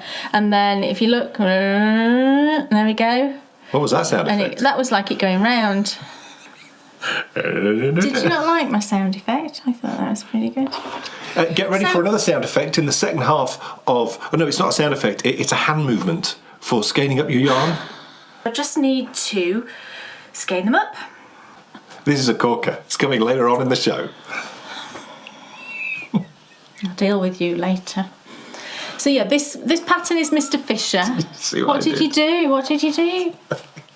Is he mocking me? No. Everybody will tell me if you are mocking me. And I just used stop heat. Okay. I saw you that time. I just smiled. It was a smile. I just used little scraps of different blues because blue is Bryony's favourite colour. And I used for that tiny bit on the cuff there, I cast on and did one round. And then the heel and then the toe. That is Cascade Heritage in Deep Ocean. It's just a gorgeous tealy blue. I mean, that is a classy move, isn't it? Is it? Yeah. A classy move. To pull it all together. Well, the Mr. Fisher pattern does have a little contrast edge here, so that's why I did that. But I love this pattern. It's just so fun. Really nice. Okay, can I just tell you what everyone at home's thinking? What? Show us the blanket. Oh, okay. So they're all finished. I'm going to give those to Bryony when she gets home from school. And now, finally, it all began, was it November last year? November, in November 2020. You've never seen it, not even once. It's all she's spoken about. It's all she's thought about, including the middle of the night. Finally, here it is. It's really long, so I'll just sort of hold it. Oh, that's a good view of it, isn't it? So here we are. This is the Jelly Roll blanket.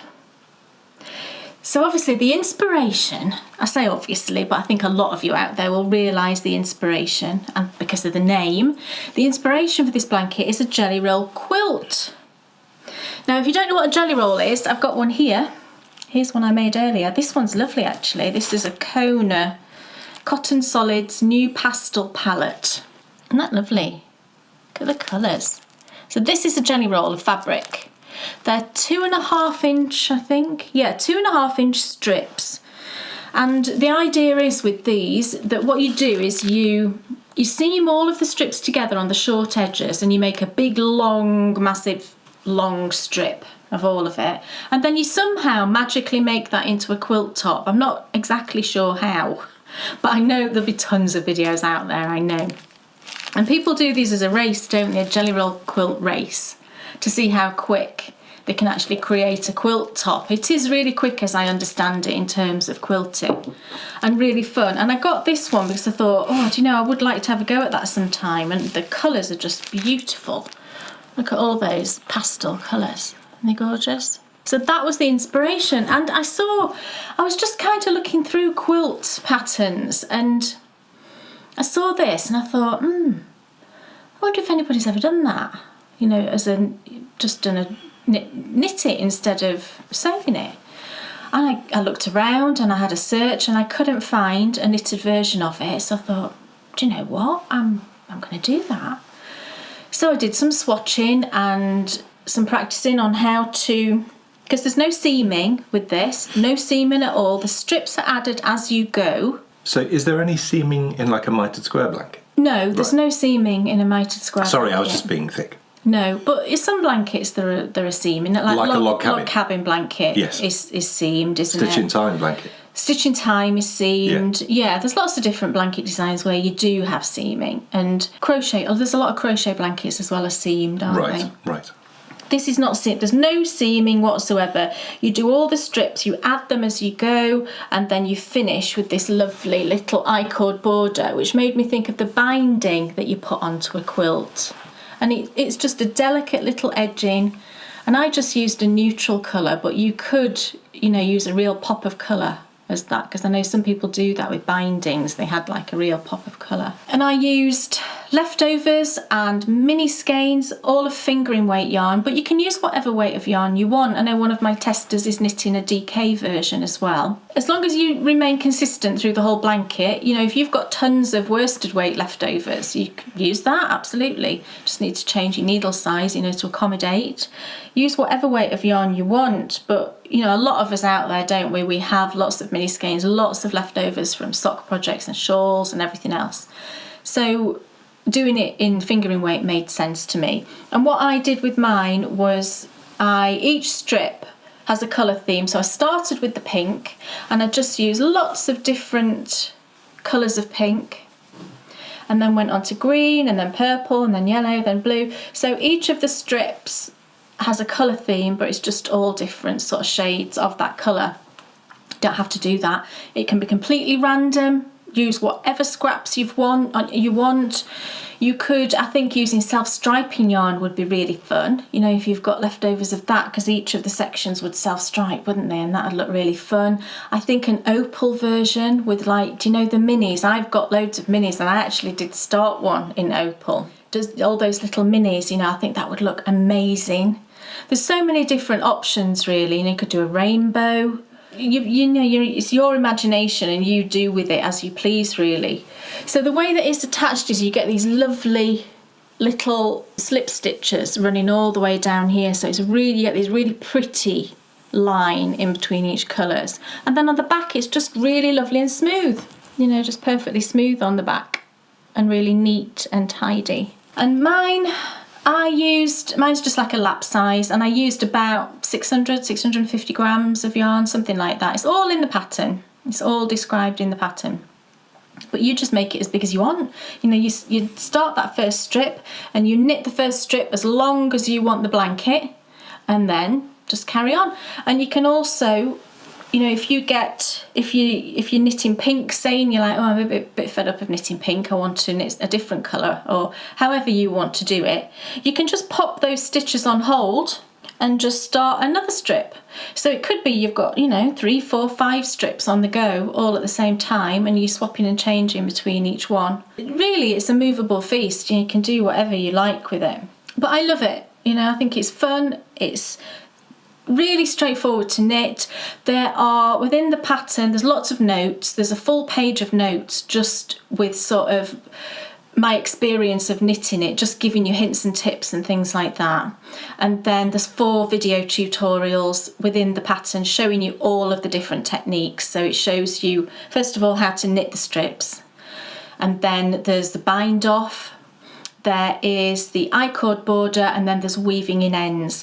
Now, I cut my yarn and wove the ends in on the back, and I tell you how I did that if you want to do it the same way as me. You could use magic knot if you wanted to, and I tell you exactly how to go about that, the best way to go about that, again in the pattern, if you want to use magic knot or similar, rush and join, or there's various methods, isn't there? I just preferred to cut and weave in. With knitted fabric, I prefer to do that.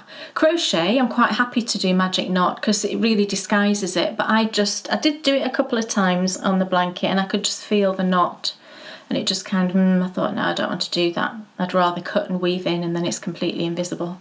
But it's entirely up to you how you do it. So yeah, there we go, that's my jelly roll. Amazing. There is a knit along. I've opened, as you watch this, there will be a thread open on Ravelry for a knit along for the blanket. So it's just, there's only one thread. You don't need to finish it, obviously, it's a big blanket. Nobody needs to rush it. Take your time, enjoy it. But you can just go into that thread, you can chatter, you can post progress pictures, you can ask questions of other knitters, you know, what yarns are you using, all those kinds of things. And I will draw the winners from that thread, from that just one thread. So it's just a relaxed, friendly knit along just to get together and do some jelly rolling together. So the details are in there as to when it runs to. It's a nice amount of time, you know, but it started, I sort of backdated it to yesterday when the pattern came out. So if you've already cast it on, that's totally fine. So if you want to join in with that, then the Ravelry thread is now open. I love the fact that, to me, this is double-sided. It is double-sided. Yeah, it's absolutely double-sided. I think what I mean by that is, that is not a boring join. No, it's really neat. I mean, I'll show you close up the other side. I just don't recall seeing anything look quite like that before. I tried lots of different techniques to find the one that looked the best. It's lovely with the texture. Yeah, the best on the front with that slip stitch running up, and also looked really neat on the back. So hang on. It's like a chain. It's like a chain link. Let's see if I can do this without destroying everything. It's absolutely stunning. Can you see there on the back how lovely and neat it is? Yeah. I get this more than the mitered square thing. Because neatness is a big thing with me. I think you all know that, don't you? I love things that are neat. I think you said, haven't you, there's tutorials in the pattern? Yes. Yeah. Yes. So even if you give all your tips for perfect finishing and everything. Yeah, to be honest, I do think even if you are a beginner knitter, you could knit this, honestly, because just follow, look at the tutorials and just follow along. And once you've got the technique down, you're away. And, just get jelly rolling. I've never seen a reaction quite like it from Kay before. It was like, I can't even put words on it. You were like, oh. Well, do you know, no, I don't think I've ever felt, I've never felt the way that I felt when I finished this. And especially when I put it out yesterday. And I'm sure it's because of the amount of mental power you've put into creating it. Yeah, it is, and I think it's just also that worry that, gosh, what will people think? Will they like it? It's that sort of feeling. But everybody's responding. I got such a hugely positive response yesterday. Never had it. I put out. Release like it before. I've never had people respond so positively and so excitedly to a pattern, and that's just. I was just like, thank goodness. Thank goodness people like it, because you just never know. Because I'd not shown it anyone, I'd kept it really secret. I had a couple of friends that I showed it to, and obviously testers had seen it, and they all really enjoyed it. So that was great. But you never know until a pattern goes out there what people are going to think. So I really appreciated everyone's such positive response to it. So thank you all for that. It was just lovely to read. And we have a patron-only show coming out on Sunday this week. We do. At 2 p.m. BST. The link to the show will go live at 1:30 BST, and Kay will be showing this and talking a lot about this. But then also as well, next week we've got a design diary coming out, which is all about this and how this came about and the inspirations behind it and the whole sort of journey in Kay creating this. In that pop as well, I've also got 2 other really exciting bits of news to tell all of our. And what's exciting is patrons. I don't even know what the news is either. Oh, you do. Which is even more fun. It's something else that's been going on in the background over the past few months that I'm now going to let our patrons know about, and it'll be revealed here on the show June time. No clue what she's talking about. Yes, you do. I don't. Yes, you do. Without further ado then, ladies and gentlemen, I want to see what this gorgeous 1971 looks like when it's all finished. And I'm even more excited about finding out about choosing contrasts, because I'm rubbish with things like that. And if I'm going to be a self-contained knitter, I need to understand how to pick contrast yarn without it looking stupid. So let's head back and find out how we do all of that in My Favourite Colourways.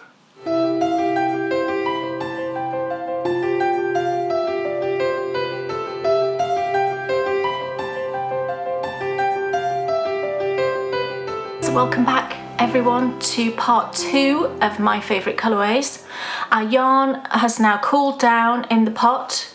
We're going to get it in, we're going to give it a nice rinse, we're going to hang it to dry, and then we're going to have a little chat about the contrast colours. As I said before, we'll have a little chat about that, and then we will skein it up, we'll have a look at it, and I will show you the project that I've started knitting. Oh, that's all exciting. Okay, so our yarn is now nicely cooled and it's ready to just have a little rinse. So in my bowl I've just got some mildly warm water with some wool wash in there, and you can see pulling it out, the water is it's virtually clear.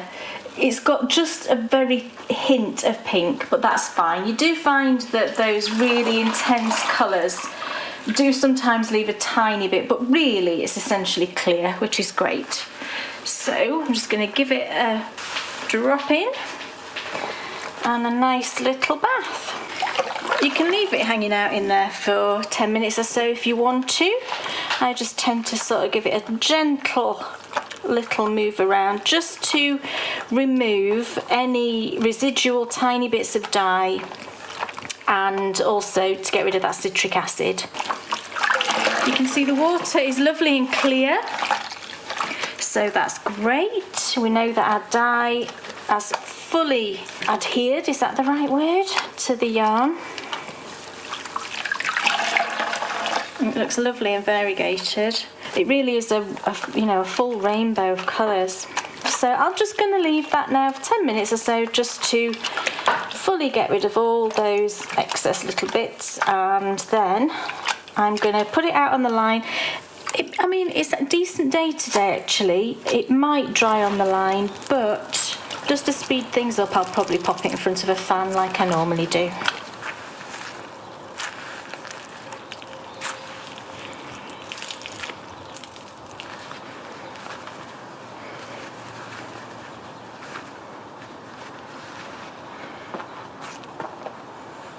Okay, our lovely yarn is now dry and looking fabulous. I mean, it is amazing how many colours come out. I love my favourite bits actually from having been knitting with it, and I'll show you that in a minute, is you get some really bright greens, which is kind of unexpected. I didn't really think you would get those bright greens, and that's just gorgeous, and the purples in there are beautiful as well. So I've got the two skeins which are now lovely and dry, so I just need to skein them up. So did you like my action then for skeining up? You could use that if you want to. So first of all, I need to take them off the little cable tie jobbies, and they are, you know, a little bit messy in the skein because we did a lot of jiggling about in the pot to get them nice and variegated. So just sort of give them a little sort out, and that's all I do. I just sort of wiggle my hands, and that just evens out any sort of strands that have come loose. There always seems to be like a looser strand, can you see there? And it's usually attached to the sort of 4 strands here, but you know, don't worry about that. It all kind of, when you skein it up, it all gets like, you know, it all blends in. So I just need to take off a couple of these ties. There's 4 ties on this, and I think 2 is plenty to actually keep it organised in the skein before it gets wound up. So I'm just going to look at it and decide which 2 to take off, and I'm going to go for these 2. So you just find the tie, don't cut your yarn, just snip the tie. So there's one there and one really close to it. I'm going to go for that one. So just snip those and pull them out. That just then allows me to sort of smooth it out a bit more. I don't like getting skeins of yarn when, I don't know how to describe this, but I like it to be kind of, when it's like this, to look sort of flat like this. You can sometimes get it where it's sort of still, you know, a bit bunched up. I don't quite know how to describe it, but I like it to look like it's sort of just hanging like that. And then we know that all of the strands are nice and sort of separated. When you skein it up, I'll just say this, I mean, I do kind of look at the placement of the colours because I want it to look as pretty as possible in the skein, and I try to make it so that you can see a bit of every colour when you skein it up, because sometimes when you skein it up it can really disguise some of the colours that are in there. So I kind of just look at it and I just think, yeah, okay, I can see the pinks, the purples, oranges, blues, greens, I can see all of the colours, so that should be good. Let's try again. And I twist it till it's quite tight actually on my fingers, and then just give that a little twist and a pull, and then pop the end in. It's lovely, and you can still see lots of sparkle. It won't transfer, it never does, but take my word for it, that sparkle is still there. So I'm just going to skein up the other one, and then we'll have a little chat just about contrast colours.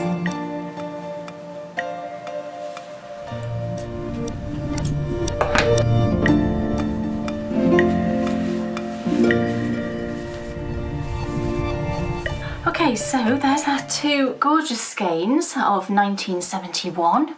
Now the way that I sort of decide what contrast colour I'm going to use is I'll really look at the colours that are in the skein, and I've got the advantage with these skeins that I actually dyed them. So I know what colours have gone in there, and I know what colours were created by the colours that I put in there. And I find that if for example, I know that pink was a dominant colour in this, so I would not use pink as the contrast colour because there's a lot of pink in there, and I don't think it would contrast enough. What I'm looking for is a colour that it is in there, but it only plays like a minor part. So when you actually use it as a contrast, what will happen is that, you know, you'll see the contrast colour and then your eye will jump to the little bits of colour that you can see of that sort of same kind of colour within the skein. And it just really sort of, it brightens up. I think it sort of makes your actual skein look a lot more, you know, bright, and just, you know, it draws the eyes to different bits of the skein. So what I did, I'll show you what I'm actually knitting. So I'm doing my crunkled pattern, because my crunkled design is perfect for variegated yarns. It just, if you've got any of that sort of little bits of, I don't know quite how to say it, but if you've got any of those yarns that might sort of pool or stripe or do any of those sorts of things, I find that this pattern does a really good job of disguising that, but also because you are switching between some plain knit rounds and then some sort of knits and pearls, I find that the sort of slight difference in gauge between that just sort of jiggles the yarn a bit and helps distribute any sort of possible things going on in your variegation. But I've got the good thing about these, you know, I'm actually not far off finished this sock, is you can clearly see here on the foot. I was dying to get to this bit because I really wanted to see what it looked like in the stocking stitch section, because that's the key, isn't it, with a variegated yarn, if it looks good with stocking stitch. And I think it, you know, I was thrilled, well, I am absolutely thrilled with how this looks. It's just gorgeous, and it looks really lovely in this pattern. So I actually chose a purple, you can see here, for the heel, and this is the purple that I dyed up, you know, when I was experimenting with it's the sorbet colour, the dye, and this is the purple. And what it does is, although there isn't an exact purple of this within the actual colour, within the actual colourway I should say, there are purples in there, and there are lighter shades of purple and slightly darker shades and slightly pinker shades of purple, and this purple does have a lot of pink in it because it you know, broke as I speckled on top of it. It broke into pinks and purples. There's quite a lot of pink in there, so I find that it picks up a lot on the purples that are in here, and also really goes nicely with the pink as well, because there is a lot of pink in it. So I think this purple works fantastically well. I almost put in this green. This is another one that I dyed up. It's like a really sort of almost acidy apple green, and I think that would look fantastic, and I almost did that because there are spots of this sort of apple green within there, and it would really pick up on that. If I sort of cover up the purple and just show it you with that, I think it would look fantastic. So purple, green, you could also use the blue that we put in there, so that turquoise, because although, you know, there was a good amount in there, because it was the first colour that we put in and then we layered on top of it, most of it has been changed to either purples or greens, but there are little areas where you're still getting that opal colour coming through. So if you used that sort of shade, I think that would look fantastic. And I also think a golden yellow would look brilliant. So basically, I would put any of the sort of colours that are in there, but I wouldn't use pink. I think if you use pink, it'll be too much. There'll be too much pink going on. So that's how I generally decide on a contrast colour. I will just look at the colours that are within there, and I will choose one that's less dominant than the rest, and then that way you get a good balance. If I was going to dye up a contrast colour for this, what I would actually do is I would want to pick out, there's a really pretty purple where when we put the blue in first, and then when we put that first layer of pink on top of it, when it hit the blue, you get a really beautiful, intense purple. And if you were to mix, like, you know, colour yourself, and you used equal parts of the opal and the galah, so that bright blue and the bright pink, and you mix those together, then you would get that sort of same shade of purple, and I think that would look fantastic. You know, imagine that sort of vivid purple heel. I think that would look brilliant. So that's what I would do if I was going to dye a contrast. Or you could just pick out the blue and you could dye up, you know, just a blue to go with it, and that would look great. That's what I do in terms of contrast, and that's how it knits up. It's so lovely. And you know, oh, and I've knit this sock on 2.5mm. I just went up a needle size from my normal because I just wanted it to be really a bit more of a stretchy, cozy house kind of sock. So I used 2.5mm, and it's just gorgeous. I'm really pleased with it.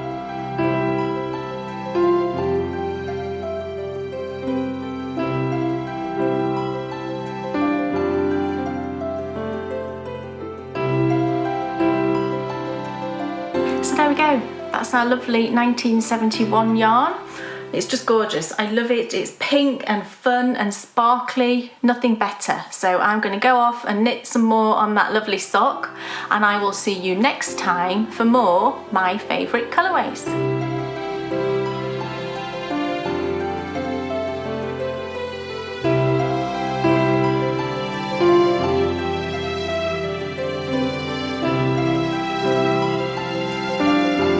Wow! Do you like it? My goodness, it's the perfect yarn ever because it makes me want to knit and eat sweets. It doesn't get any better than that, does it? And look, it looks even more sparkly in real life. Isn't it fun? It's gorgeous. Can you see the sparkles? Maybe not. Do you know what it makes me think of? It makes me think of like a market in Marrakesh. Yes. Like there's I can see material I can go in and buy. Yeah, no, you're right. It does give that kind of... It's the sparkle and it's the colours and it feels very, I don't know. Like full of Eastern promise. Ooh. Turkish delight. Oh, now who remembers those adverts? Full of Eastern promise. Do. Fantastic adverts, weren't they? I can't stand Turkish delight, but you love it. I love it. Yes. You love it. I even know what its traditional name is. Oh, what is that? Rahad Lakum. Oh, that sounds better, doesn't it, than Turkish delight? I should go to a sweet shop and say, do you have any Rahad Lakum? You should. They'll be like, what are you talking about, you fool? Yeah. So I'm going to add this skein to the prizes for the Jelly Roll Knit Along collection of prizes, because now that's the 6th skein of my hand dyed that will be in there. And there's also, I've got them here actually, there's also a Ducky Darlings sock tube that was donated, so that'll be another prize. And then we've got, I've actually put them all down here, I'll just show you one. I've put labels on them now. So this one is the Fairy Garden. Oh, cool. Isn't that gorgeous? Beautiful. So there's going to be 6 skeins of my hand dyed and then the sock tube as well. So there'll be 7 prizes for the blanket knit along, which I think is just so exciting. And I'll show you the sock that I showed you just a minute ago. I'll show you that in the next show where I'm up to with that. So you can see it sort of continued on. Now, My Favourite Colourways will be back in July, but you already know what you're doing next time, don't you? I think so. Yes, because people loved it. Yeah. Yes. Yeah. It is. So. I mean, this is everyone's favourite colourways. Yeah, it's my notes on it are quite vague, so might need a little bit of a practice. So I might have to have a practice on that one just so I get the shade right. Yeah. But you know what that means, isn't it? That means that next time we will once again be back out somewhere walking. Well, we're back in the Dales and we're heading back to a Dale which I sort of took you to in the first season of Walking the Dales, but it was sort of because we were actually in one of the Dales which runs into this particular Dale. Right. So this time we're properly going to Swaledale. And when I tell you, I cannot believe that I wasn't aware that what we're going to go in search of. Is it the thing?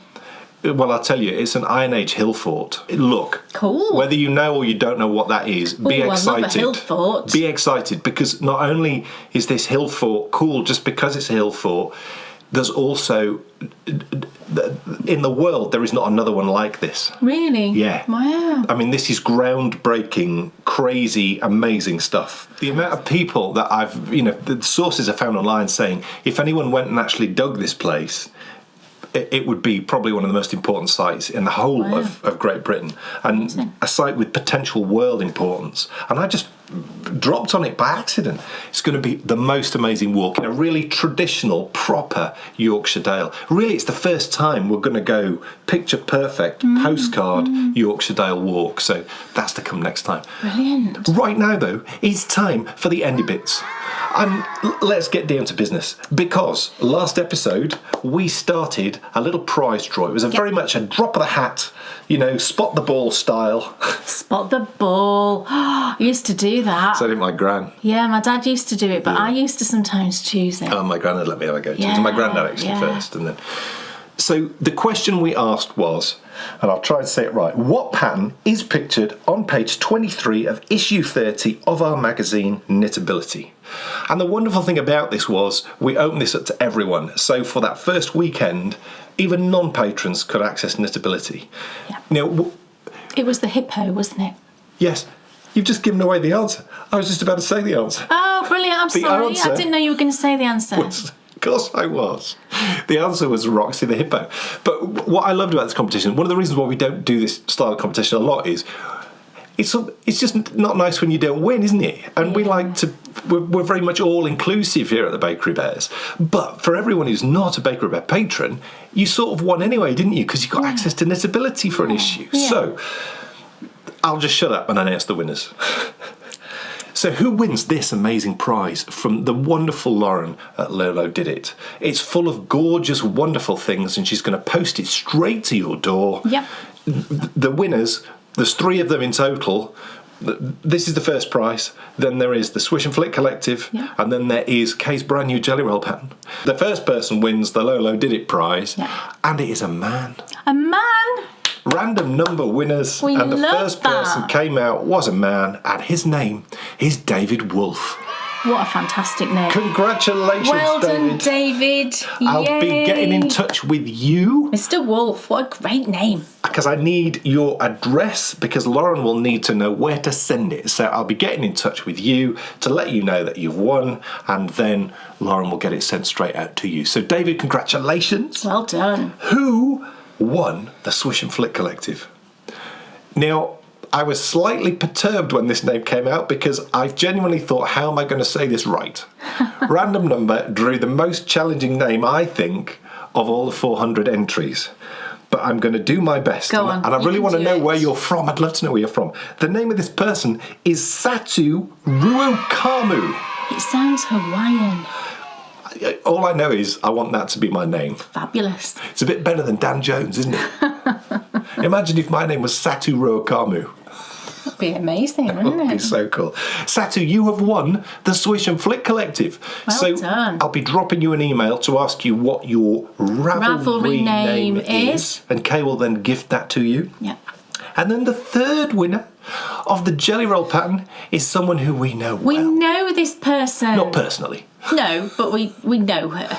We've known her for a long time because she's been a Bakery Bear patron for a long time. And her name is Gillian Hollis. Gillian, it's you. Congratulations, Yay. you've won the Jelly Roll. The Jelly Roll. Yes. So again, will you contact Gillian? I'll get in touch with Gillian. I'll let her know that she's won. Ravelry name. Oh my goodness, wasn't that so much fun?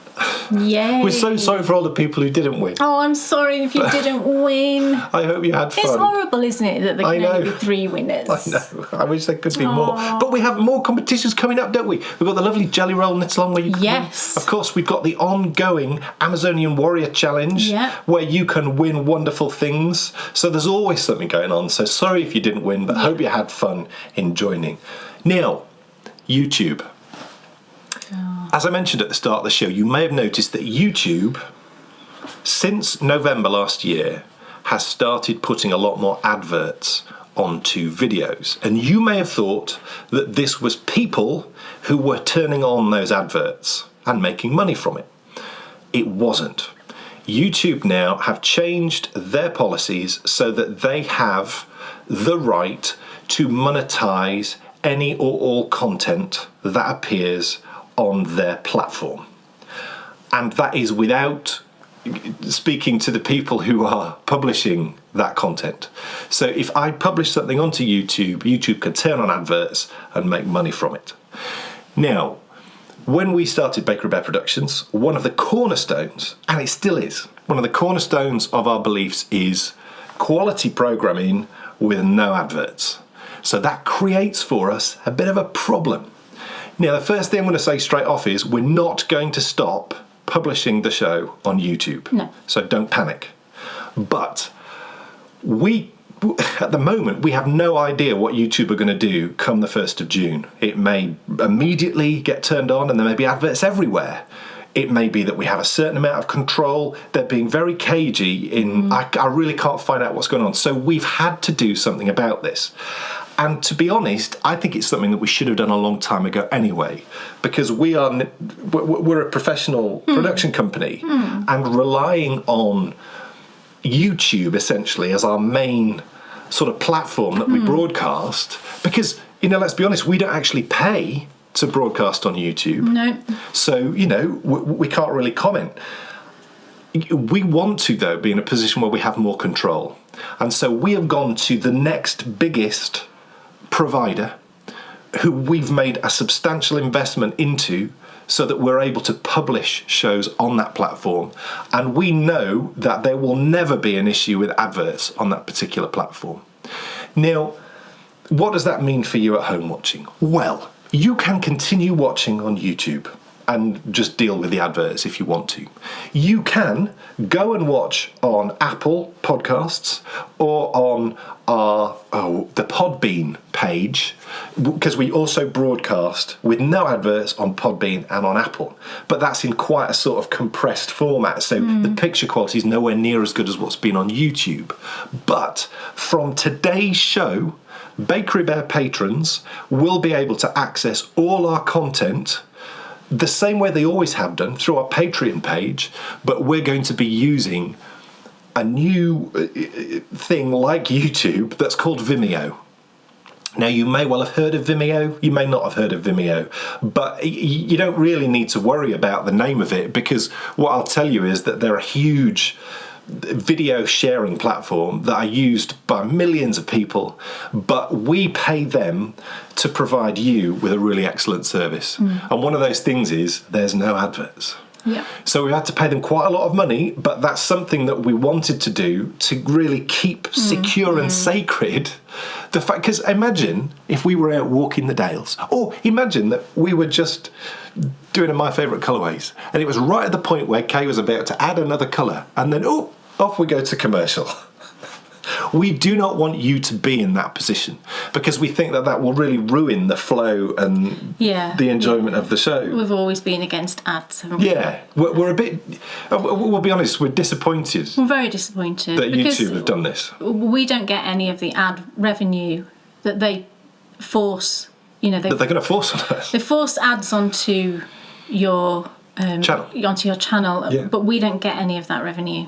So, and to be fair, even if we did monetize, the reason why we knew that this was never an option for us is they pay you it's such a small amount as well. Yeah, it really so is. We knew that we could never develop the production company we wanted to by even if we wanted to, because we don't like it either. The main thing for you to understand is nothing really for you is going to change, because if you want to watch on YouTube, you still will be able to. Yeah. But just remember, we have not put these ads onto the channel. That's been forced onto us.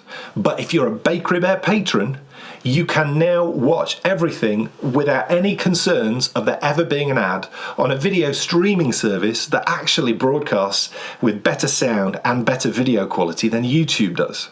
And the wonderful thing about all that is we're paying them, so no one can ever do what YouTube has done to us and effectively change the terms 7 years into a relationship, which I think has been pretty good up until now. Yeah.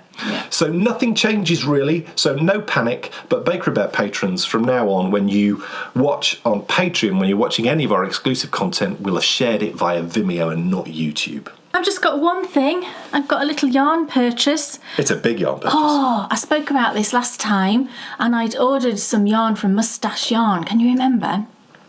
and it arrived. I'm so excited, and it's fabulous. I ordered 2 skeins of her Star Wars themed self-striping yarn, and it arrived.